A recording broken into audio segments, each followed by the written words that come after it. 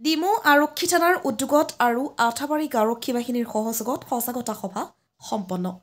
ডিমৌ আৰক্ষী থানাৰ উদ্যোগত আৰু আঠাবাৰী আৰক্ষী বাহিনীৰ সহযোগত আঠাবাৰী গাঁও পঞ্চায়তত শিশু শ্ৰম বাল্য বিবাহ বন্ধ কৰা আৰু শিশুৰ ওপৰত হোৱা যৌন নিৰ্যাতন সম্পৰ্কে এক সজাগতা সভা অনুষ্ঠিত হয়। উক্ত সভাত কেইবাজনো বিশিষ্ট ব্যক্তি উপস্থিত থাকি আঠাবাৰী অঞ্চলৰ ৰাইজক এই গুৰুত্বপূৰ্ণ বিষয়সমূহৰ প্ৰতি সজাগ কৰাৰ উদ্দেশ্যে মূল্যৱান মতামত আগবঢ়াই আলোচনাত অংশগ্ৰহণ কৰি বক্তাসকলে সমাজত শিশু অধিকাৰ সুৰক্ষাৰ বাবে একেশাৰীতে কাম কৰাৰ আহ্বান জনায়। সভাত উপস্থিত থাকে ডিমৌ আদৰ্শ চিকিৎসালয়ৰ অধ্যক্ষ ৰূপম বৰকটকী, ডিমৌ আৰক্ষী থানাৰ প্ৰতিনিধি কৌশিক দেউৰী, ডিমৌ উচ্চতৰ মাধ্যমিক বিদ্যালয়ৰ অৱসৰপ্ৰাপ্ত অধ্যক্ষ লোকনাথ গগৈ, গাঁও প্ৰধান নৱজিৎ বৰুৱা।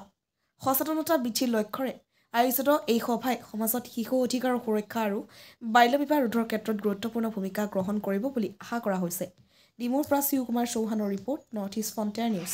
এই সজাগতা অনুষ্ঠান আমাৰ বাল্য বিবাহ বন্ধ কৰা, শিশু শ্ৰম বন্ধ কৰা আৰু শিশুৰ যৌন নিৰ্যাতনৰ বিলাক যাতে আমাৰ কম হয় তাৰ কাৰণে আমাৰ এখন কমিটি আছে। সেই কমিটিখনত আমি থানাতে কৰিলোঁ।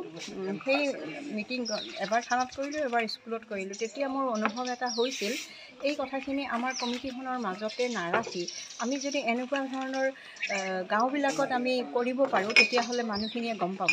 আৰু আজি অলপ আঠাবাৰী ৰাইজৰ মানুহখিনি অলপ হ'লেও গম পাইছে আৰু এনেকুৱা ধৰণৰ আমি সজাগতা সভাখন পাতি এনেকৈ বিভিন্ন জেগাই জেগাই যদি আমি পাতোঁ তেতিয়া বাল্য বিবাহটো অলপ হ'লেও বন্ধ কৰিব আমি সক্ষম হ'ম।